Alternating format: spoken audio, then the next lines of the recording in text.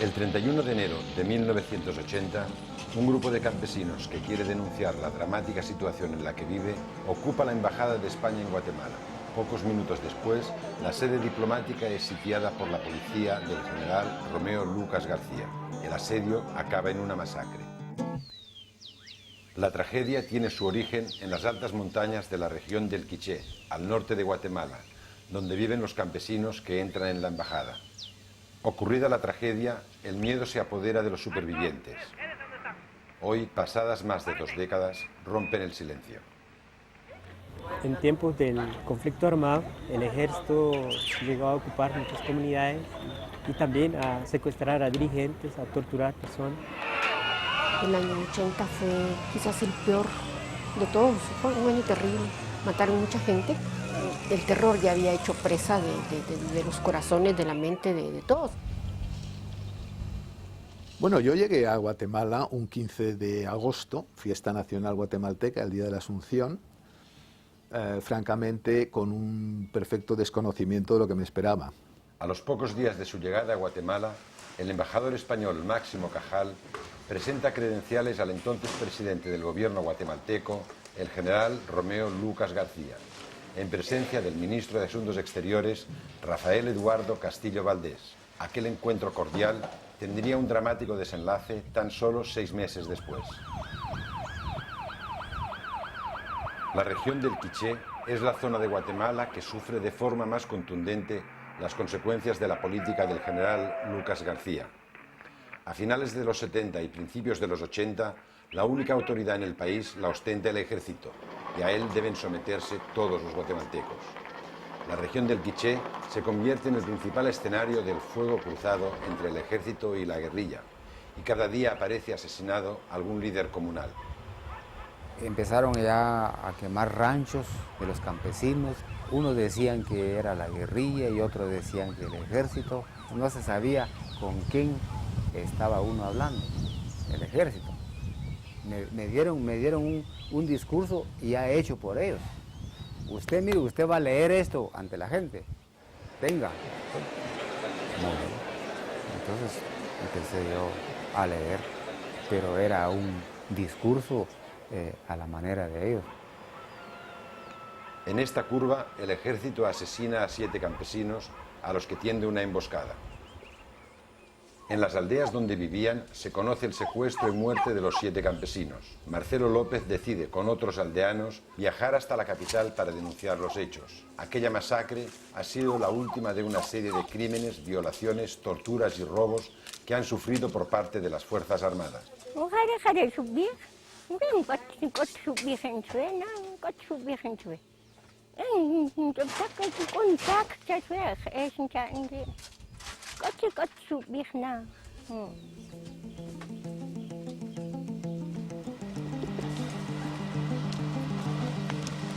Viajan del Quiché hasta Ciudad de Guatemala. Uno de los líderes de los campesinos es Vicente Menchú, padre de la Premio Nobel de la Paz, Rigoberta Menchú. Al llegar a la capital, son acogidos por los estudiantes de la Universidad San Carlos, con quienes planifican las acciones a realizar para hacer pública su situación en el Quiché. Este lugar se llenó de campesinos que venían procedentes del Quiché. Habían estado ellos en la OEA y ahí se les cerraron las puertas. Estuvieron convocando a conferencias de prensa, pero también nadie se había animado a publicar lo que esta gente estaba pidiendo. La decisión nuestra fue, salvando nuestra propia vida y salvando la vida de nuestro personal, no publicamos la denuncia que en toda justicia ellos querían hacer. Las atrocidades que sufren los campesinos se hacen extensivas a quienes les dan apoyo, entre estos un grupo de misioneros españoles. Teníamos contacto, como es lógico, con religiosos españoles y nos había llegado pues, eco, noticias de que estaban amenazados por el ejército. Entonces pensamos que convendría pues, hacer acto de presencia para tener información de primera mano y de emitir una señal que pensábamos que podía ser eficaz ante las autoridades locales. Yo recibí una llamada del embajador López y Cajal comunicándome que al día siguiente saldría de viaje para visitar varios departamentos del interior de la República, principalmente el Quiché. Jaime Ruiz del Árbol, primer secretario de la embajada, acompaña al embajador Cajal en aquel viaje. Entran en contacto con el padre José María Gran, que sería asesinado meses después. Y así fue, un día nos subieron arriba y estuvieron interesándose por la situación como estábamos. Parece que venía de nevar. Había visitado Chichicastenango, Cotzal, Chajul tal vez también. Y llegó a Uspantán. Nos llamó mucho la atención, ¿verdad?, que él como embajador decía, no voy a ser embajador solo de escritorio, a mí me gustaría pues visitar y conocer a toda mi gente pues española, ¿verdad? El embajador nos dijo, en Uspantán concretamente nos dijo, mirad, si algún día os veis en peligro, mirad, en cualquier momento vais a la embajada, y dijo, yo creo que la embajada todavía la respetará. Los campesinos deciden ocupar la embajada de España porque nadie se ha hecho eco de sus quejas. La secretaria del embajador dijo que no se encontraba la ciudad, estaba fuera de la ciudad, pero nos señaló la fecha, el jueves 31 de enero de 1980 a las 11 horas. Amanece aquel 31 de enero de 1980. El despacho del embajador, en el segundo piso de la embajada, permanece en calma. Pocas horas después, aquellas ventanas centrarían la atención del mundo entero. Cuando sonó el teléfono y una de las personas de servicio me llamó diciendo que me requería, contesté y me dijeron, ¿enfermera Canivel? Sí, dije yo. Mire, ¿le podemos pedir un favor? La vamos a necesitar. En la mañana de ese día me disponía yo para irme a la Embajada de España y llamé a Máximo para reconfirmar la entrevista. Entonces me dijo que lamentablemente la teníamos que postergar un poquito porque a él se le había olvidado que tenía citado a dos personalidades guatemaltecas, Cáceres Lenhoff y Molina Orantes, para un congreso de juristas. El 31 de enero, acá fue el lugar donde se partió para la Embajada de España. Es decir, a las 11 de la mañana, a las 10 de la mañana más o menos, es que se preparó la delegación que iba a la Embajada. Yo salí de aquí a las 11 menos cuarto, porque me daba tiempo pues a llegar. Nos reunimos y entramos. Estos señores llegaron allí a la hora prevista y querían organizar un congreso de derecho procesal, y al poco de iniciar la conversación se produce la entrada de los campesinos, 20 y tantas personas. Llegan los campesinos, dan la vuelta, entran a la embajada y entran pacíficamente. Yo les acompañé hasta la puerta de los campesinos, llevaban en sus morrales alimentos para 2 días. Bajo y ya estaba aquello ocupado, había 2, 3, 4 personas que no eran campesinos. Me trasladé al lugar, vi que no había movilización de vehículos, pero viendo hacia arriba me hicieron unas señas que yo me esperara y a los pocos minutos me lanzaron una pelota con papeles. Y en un papel de estos me escribieron que hacía 10 minutos se habían tomado las instalaciones de la Embajada de España. Y desde ese momento yo principié a transmitir lo que yo estaba observando. Esta es una información urgente de última hora que estamos... Bueno, los campesinos querían convertir la embajada en una plataforma para llamar la atención. Yo les dije que se marcharan. Cometieron un error tremendo, ¿no? Porque ellos deberían saber cómo se las gastaba el gobierno, mucho mejor que yo. Sonó el teléfono y oí la voz de un gran amigo que me dijo, o de tía, soy Jaime Ruiz del Árbol. Estamos en un problema, necesitamos a la Cruz Roja, por favor, ven.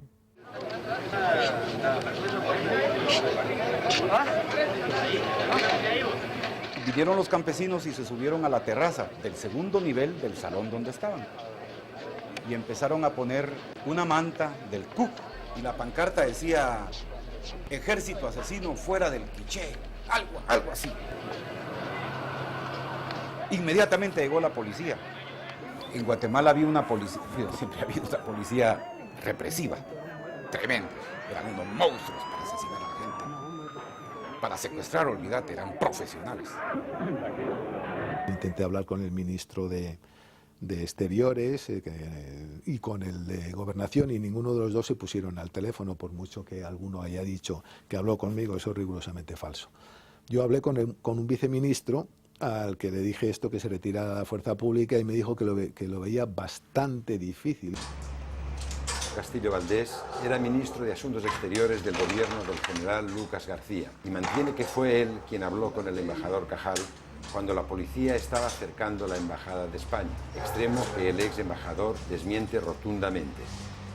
¿Usted mantiene que fue usted directamente que habló con el señor embajador? Así es. O sea, no fue un subsecretario de... No, fui yo. ¿Usted directamente?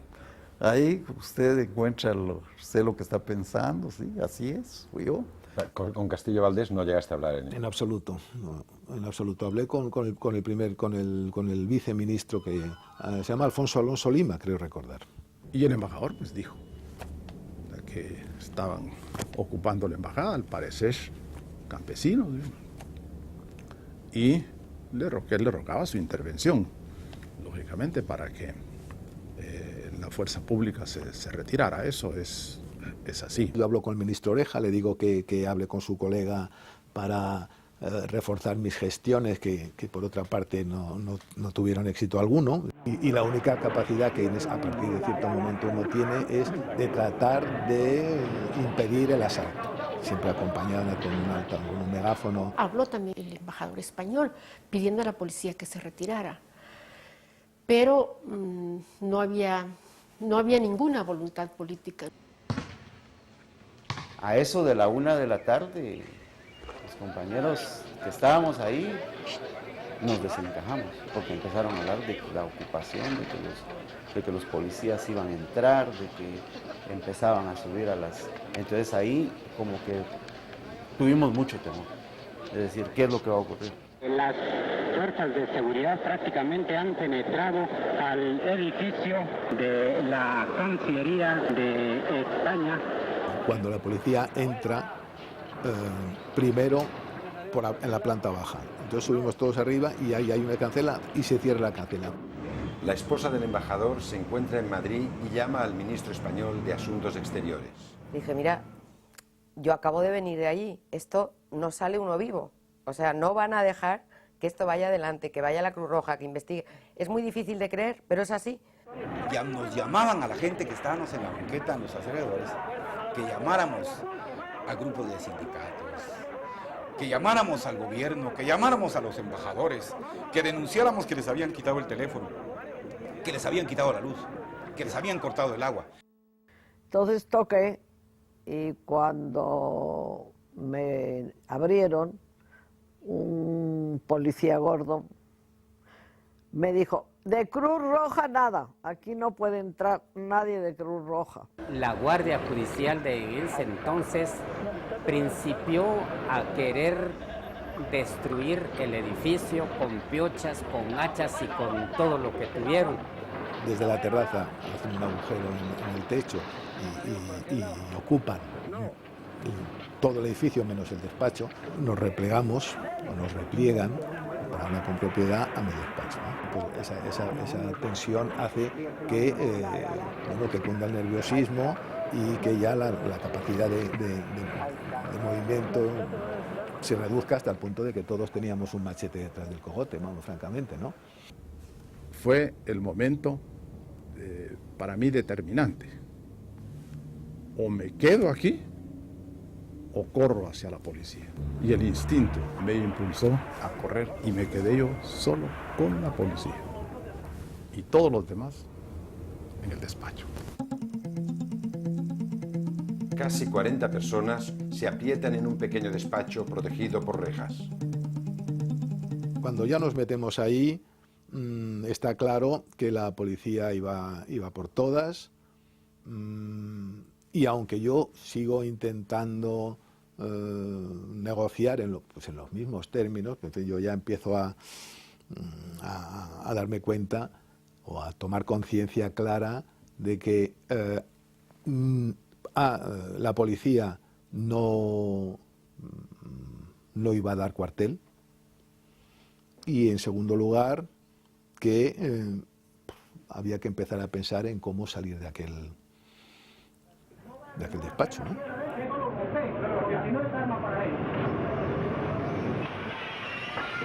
Empezaban a taladrar. Era un ruido enloquecedor.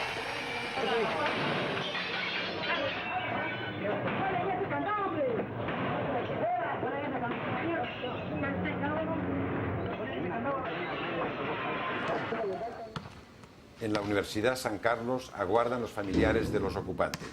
Un momento de mucho, yo siento humanamente, de mucho descontrol. Es decir, dirigentes y personas se descontrolan y empiezan a llorar. Como estaba yo al lado del segundo jefe de la Guardia Judicial, oí que alguien le decía: no quiero uno vivo, no quiero uno vivo, no quiero un solo testigo. ¿Me entiendes? Y el otro dijo: sí. Yo me quedé petrificada. ¿Quién dio la orden de actuar? Eso habría que preguntárselo a los actores.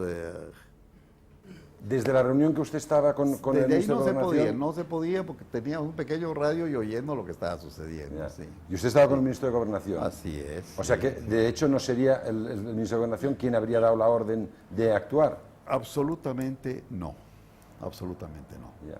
¿Y no saben quién dio la orden finalmente? Yo no sé. Alguien debe saber.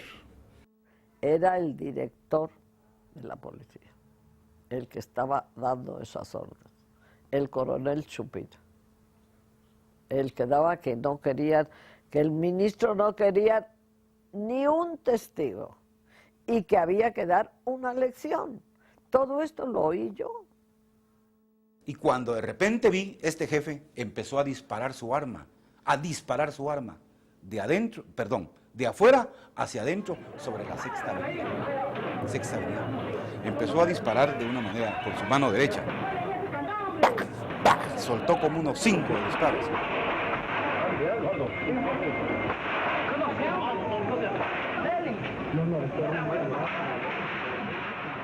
Y cuando ya la puerta pues tenía una grieta enorme y ya entraban también otra vez las metralletas y el hacha, y casi me lleva la cabeza en un momento determinado. Bueno, pues yo en ese momento es cuando decido tirar para adelante, ¿no? Porque aquello, bueno, ya no había marcha atrás, ¿no? Y entonces ya vi que policías que estaban en el balcón se acercaron a la ventana y ahí hubo una explosión, una llamarada. No explosión así como bomba, ¡boom! No, hubo una llamarada azul gris, azul turquesa, celeste, una llamarada así.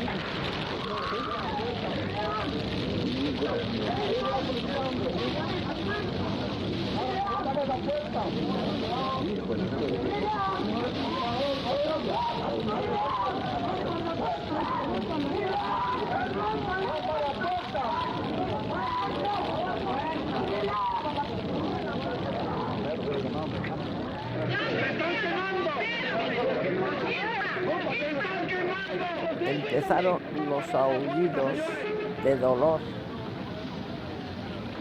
de película de esa de miedo, porque eran unos gritos que no se pueden olvidar.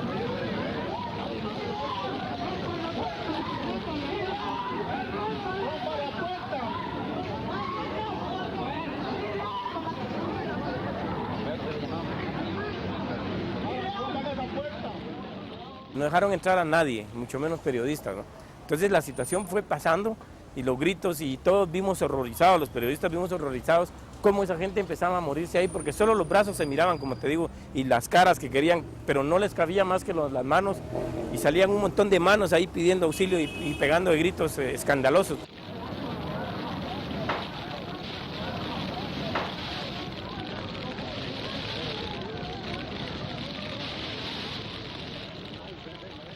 Yo crucé y salí a un rellano y a una habitación, un despacho o habitación que había enfrente, que no tenía puerta, y ahí es donde me tiré al suelo y me revolqué para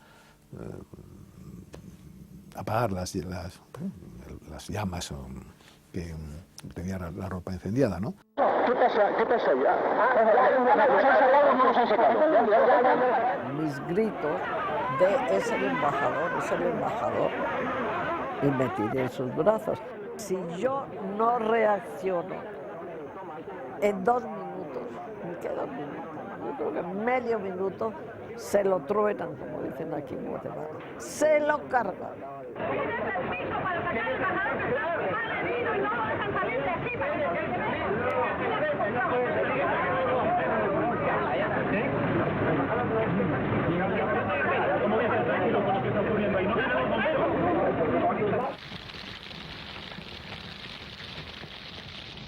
Toda la tensión nerviosa que me había perdido, o incluso tensión puramente emocional, llamémoslo como queramos, que me había permitido tomar esa decisión de tirar para adelante, ¿no?, de salir. Cuando me meten en el furgón yo ya había, digamos que todo se derrumbó, ¿no? Yo veía a través de la ventanilla cómo salían las llamas, cómo salía el humo. Empezaron a abandonar el área del crimen todos los jefes de la policía. Se quedaron solo policías gatos. Yo estoy seguro que los dejaron quemar.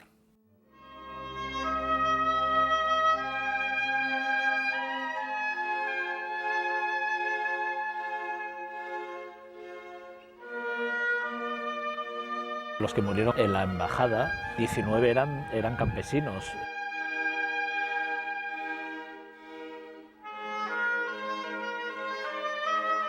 Era un hombre de un carácter sumamente jovial.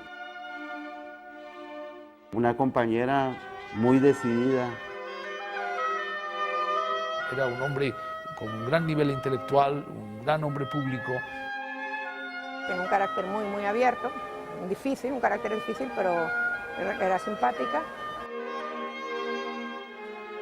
Mi padre siempre fue comprensivo con nosotros. No recuerdo absolutamente nada que no hayamos hecho dentro de las circunstancias. Hicimos lo que podíamos hacer. Realmente no recuerdo que es que no hicieron tal cosa. Es lo que usted me decía cuando juega al Barça y juega al Madrid. Y es que este boquero estiró la pata. Pues, a ver, ¿verdad? Estaba inmediato, el lugar tal vez que menos de los 8 minutos. Si nos hubieran avisado, hubiéramos llegado en calidad de prevención.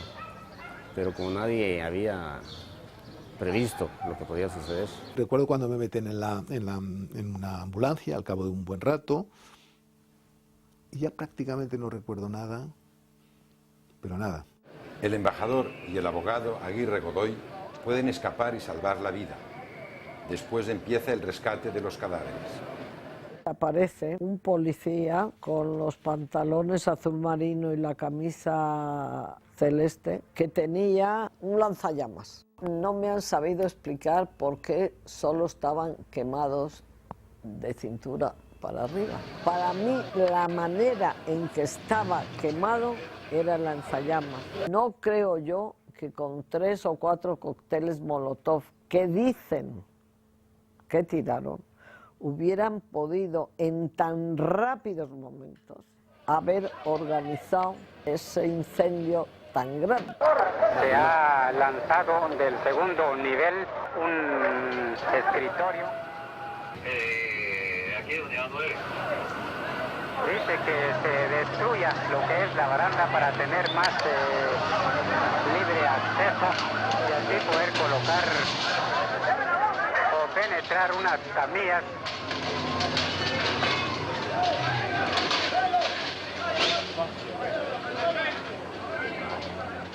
y logré entrar a la embajada, en donde aún recuerdo que había una foto del rey de España, había unas gradas por las que empecé a subir, y fue algo impresionante realmente, porque habían, no me recuerdo cuántas personas eran, pero era una cantidad enorme de personas, y la altura de fallecidos más o menos era como, podríamos decir, unos 75 centímetros o 1 metro de alto.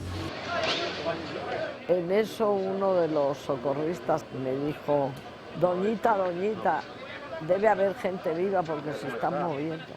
Empezamos a mover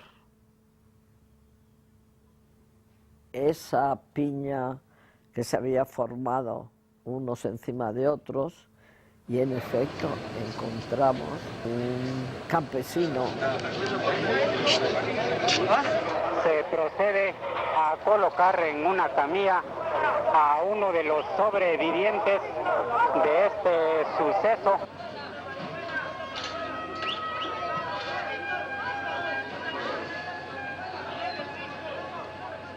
El tercer y último superviviente es el indígena Gregorio Yujá, de San Pablo Baldío, que ha sobrevivido al quedar protegido de las llamas por los cuerpos de sus compañeros. Y cuando sacamos a este pobre indígena, yo le dije a los otros socorristas que se habían quedado ahí, llévenlo al Herrera Llegados. Todos los cadáveres, salvo uno, estaban lanzados hacia atrás, unos encima de otros, todos viendo hacia el frente, lo cual permite demostrar que hubo una explosión de afuera hacia adentro de la habitación.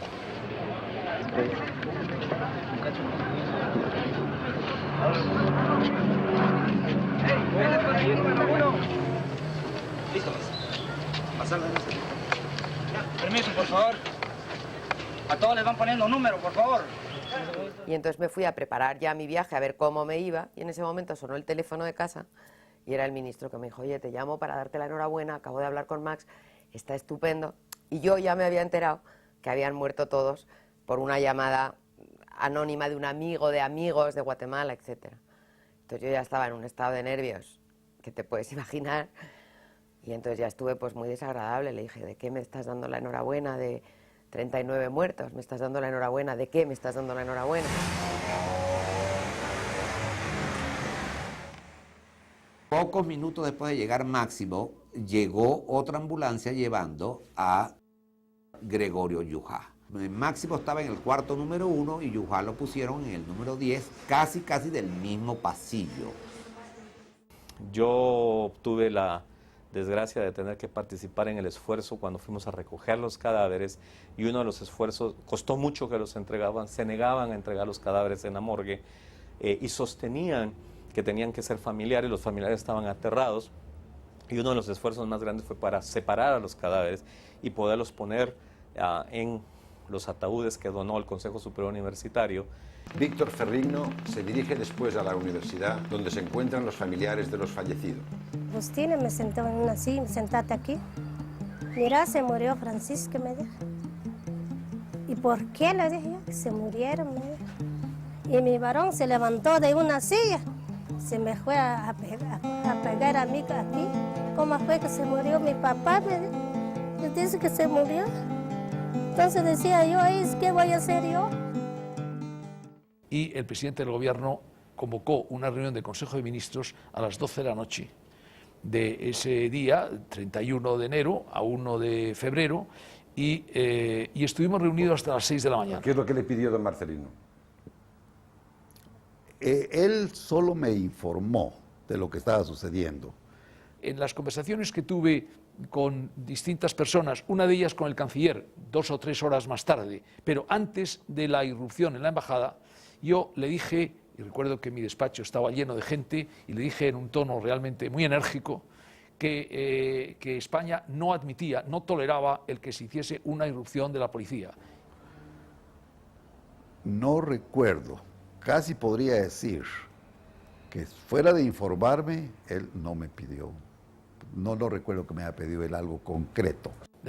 La información que se me daba es que, bueno, que había habido una precipitación por parte de la policía esa es la palabra que siempre se repetía y que la recuerdo muy bien, no había precipitación ninguna, porque la policía entró 3 horas más tarde. La palabra precipitadamente creo que fue una de las contribuciones que vinieron de la Cancillería de España.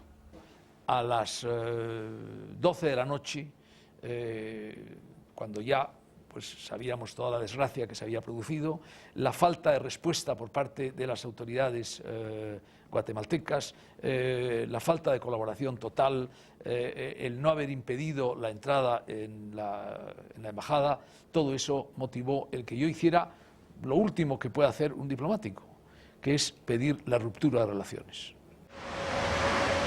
Alguien hace de noche una entrevista al indígena Gregorio Yujá de forma clandestina. La mala calidad de la grabación no quita valor a su testimonio, del que aquí reproducimos algunas frases. Concluye preguntándose quién echó fuego ahí. Probablemente fueron sus últimas palabras.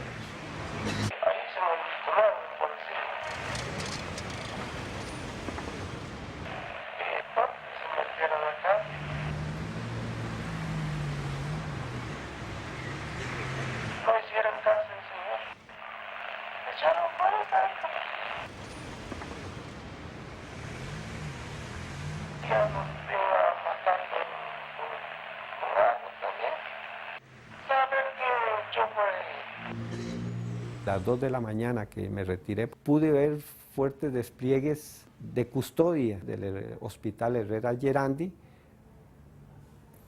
para protección del indígena Gregorio Yujá y del embajador Cajal, que estaban siendo atendidos ahí de sus quemaduras. Decidimos hacer unos turnos porque éramos conscientes de que Máximo podía correr cierto peligro. Y al llegar al hospital vemos entrar un tropel de gente vestida de ropa vaquera, con metralletas, pañuelos puestos tapándose la cara. Era un grupo de energúmenos. Ingresaron a la habitación donde estaba el indígena Gregorio. Y en esto, por la parte contraria, otra vez ese tropel de gente venía de nuevo, esta vez por nuestra derecha, hacia la habitación de Máximo. Y yo pensé, bueno, esto es que ya saben dónde estamos y nos van a achicharrar, vienen a por nosotros. Y nos metimos debajo de la cama de Máximo. Máximo balbuceaba, ¿qué pasa? ¿Qué pasa? Pues no pasa nada, no pasa nada. Bueno, nosotros pensábamos que era lo último que íbamos a comentar, ¿no?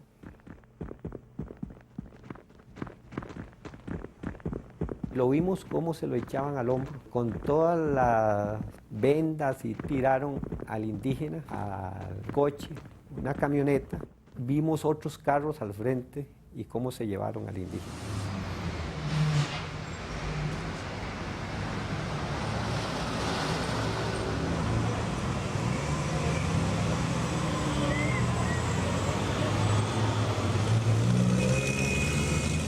Beatriz de la Iglesia, esposa de Máximo Cajal, llega a Guatemala procedente de Madrid y se dirige al hospital. Al entrar, pues vi a Máximo, que estaba pues como todo muy chamuscado, como entonces, claro, también tenía barba y con una cara como de pánico, como de, no sé, como de haber estado en el infierno. Una cosa muy impresionante que le duró muchísimo tiempo. Incluso cuando volvimos a Madrid todavía tenía esa cara como de, con una mirada desorbitada.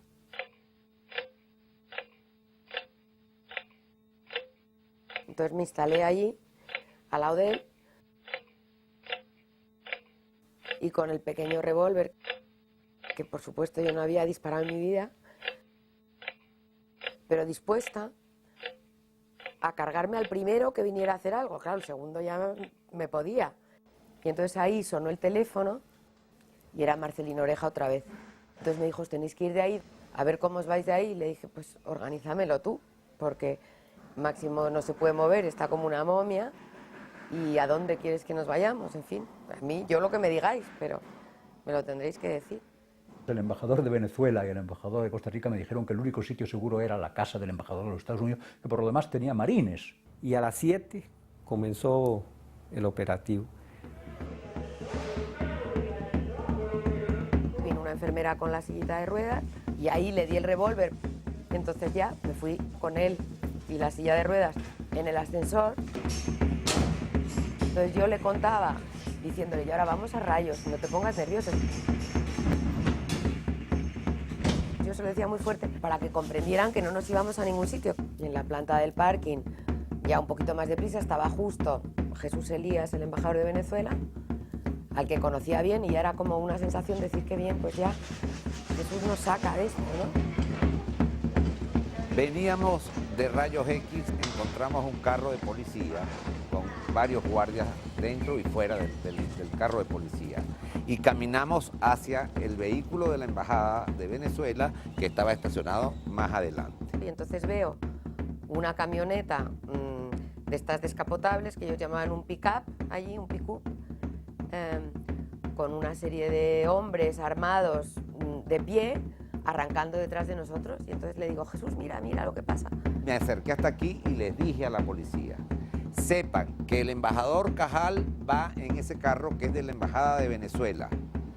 No nos sigan, porque ahora el embajador Cajal está bajo la custodia de la Embajada de Venezuela. Les aturrulló. Entonces se metió en el coche otra vez y les dijo, y ahora vamos rápido. Arrancamos y seguimos directo para la Embajada de Estados Unidos.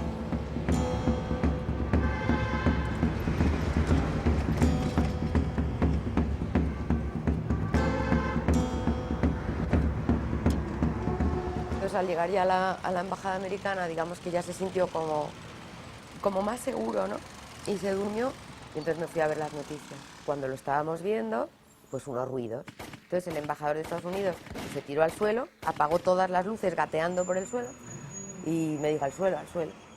Volvió él y me dijo, eran tiros, nos han tiroteado la embajada, y el Marine estaba en el suelo, pero no le han matado. Por primera vez en la historia, España rompe relaciones diplomáticas con un país latinoamericano.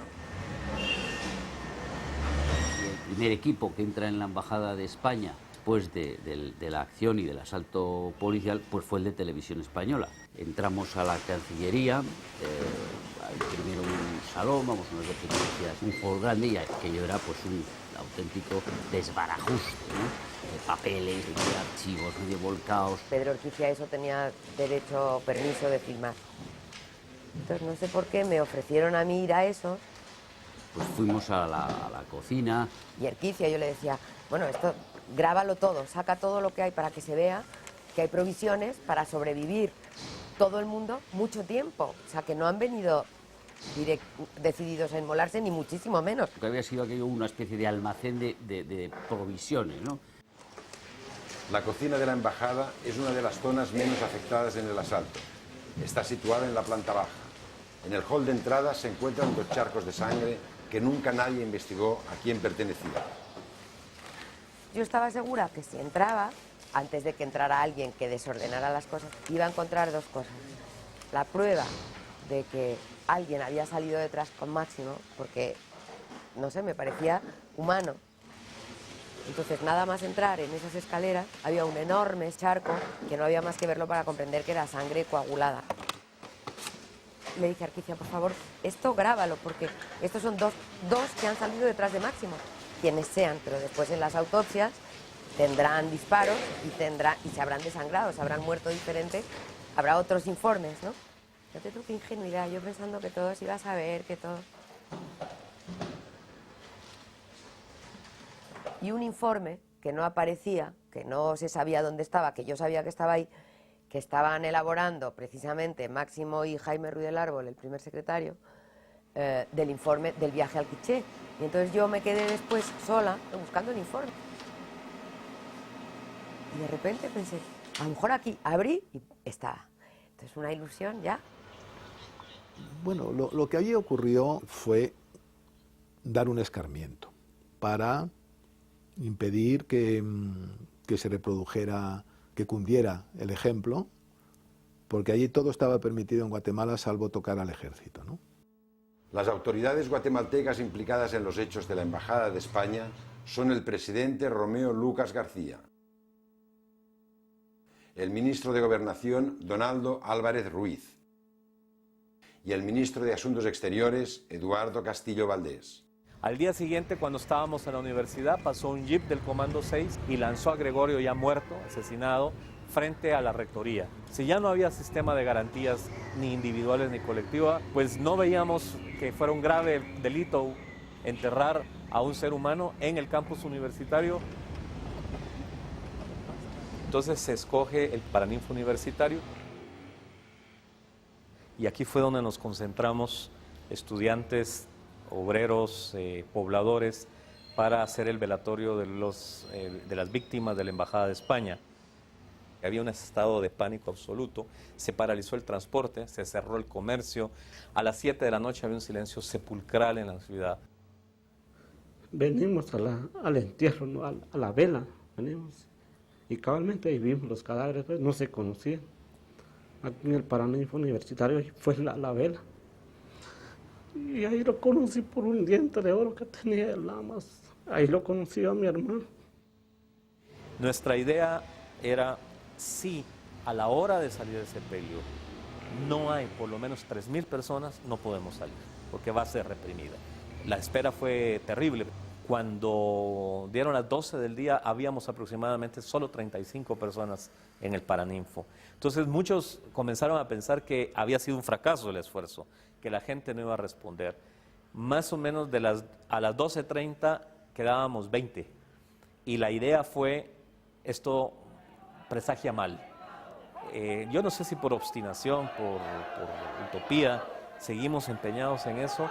Y entre las 12:30 y la 1:30 se congregaron más de 30.000 personas en todos los alrededores.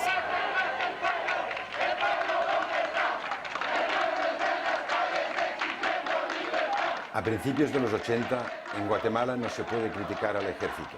Por ello resulta muy peligroso salir a manifestarse después de los hechos de la embajada. El entierro es multitudinario. Mueren 4 personas más en manos de la policía. Iba primero Jesús España, después venía yo, y luego Gustavo Hernández, que era presidente de la Asociación de Estudiantes de Medicina. Jesús se parapetó en ese poste y de qué lado estaba el jefe y el subjefe de la Policía Judicial y nos ametrallaron. Gustavo cayó muerto aquí, Jesús allá, yo me quedé tirado acá y solo yo sobreviví del atentado. Ya nos venimos por miles, nos venimos. Sabíamos que pudiera pasar cualquier cosa. Y la gente no retrocede, sino la gente va adelante. Es de los entierros más masivos que ha habido.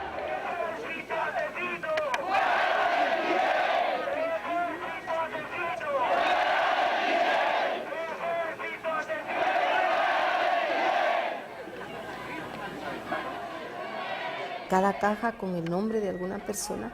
Posiblemente ahí iba un poco de carbón que habían recogido de la embajada, ¿verdad?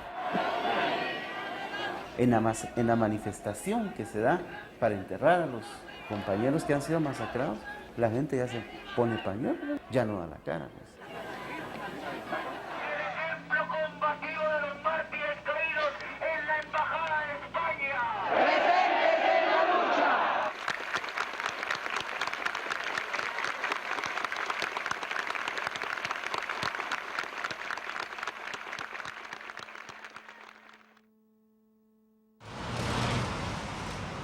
Vinieron a buscarnos dos policías que habían venido de Madrid.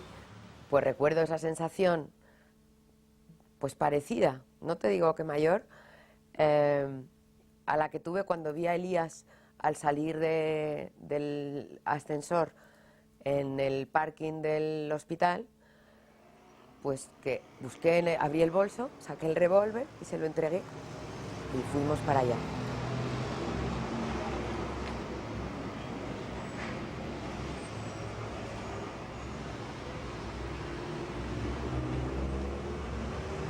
Llegábamos en el coche hasta la escalerilla del avión y entonces bajaron a Máximo entre ellos dos, armados, con una especie de manta que le echaron por encima, pues así se lo llevaron al avión, como si fuera un mafioso, un testigo protegido, pues así.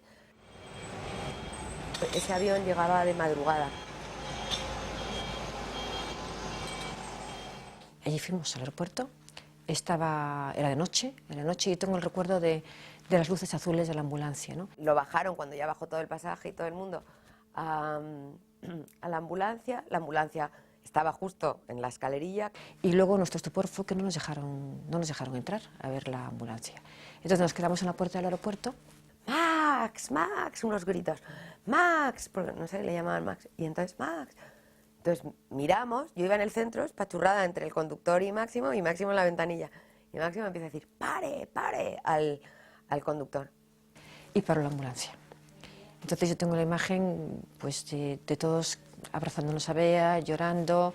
Yo recuerdo que Máximo solo les decía, gracias, gracias, y ya lloraba. Fue un día triste, pero por otra parte sabíamos que la pesadilla había acabado porque ya estaba a salvo, estaba en España. Y llegamos a la Cruz Roja. Era un paciente quemado con una superficie, hombre, no muy grave, pero sí de cierta importancia. Segundo, porque era un hombre que había pasado una fase de estrés tremenda. Nos prescribió a cada uno una serie de cosas y entre otras una pastilla para dormir, porque era como una anestesia. Entonces mi primer recuerdo de la clínica pues era Máximo zarandeándome con esos dos especies de manos de momia y diciéndome, pero vea, y ya por fin me despierto y digo, pero ¿qué pasa? Y tal. Dice, qué susto, pensé que te había pasado algo. Pero claro, al que le había pasado muchísimo era él.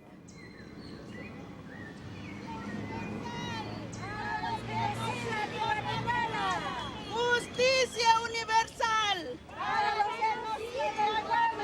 25 años después, los familiares de los fallecidos en la Embajada de España siguen pidiendo justicia, entre ellos Rigoberta Menchú. Que la gente tenía horror, la gente tuvo terrible miedo que prefirió incluso abandonar los cadáveres, de que el hecho de que ya ni en el velorio aparecieron varios de los familiares, nadie dice nada, todo el mundo cayó los hechos.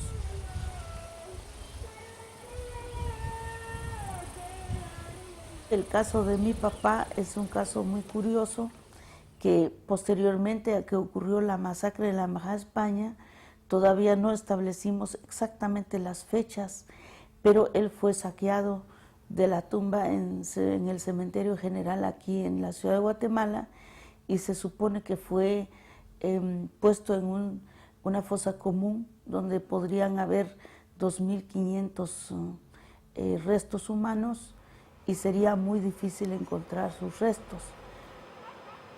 Éramos un niño, pero ya de grande, ¿verdad? Estamos sintiendo, ¿verdad? Que pasamos en el sufrimiento, que ya no era justo, ¿verdad? Porque no era igual tener un papá y uno se va a comunicar, ¿verdad? Porque yo veo en el caso de otras personas, ¿verdad? Que uno tiene papá, pues hay quien le apoya, pero así como nosotros no hay nadie. Que los responsables sean castigados, ¿no? Y que el Estado tiene que pagar la indemnización, aunque el pago de un dinero no es pues lo que va a llenar un requisito de la muerte de una persona.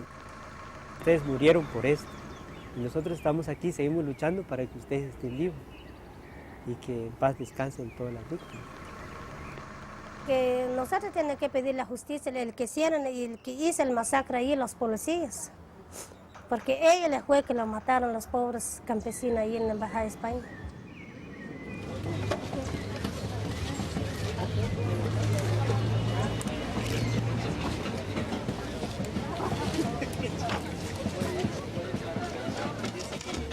Nada se nos ha olvidado, nadie se nos ha olvidado.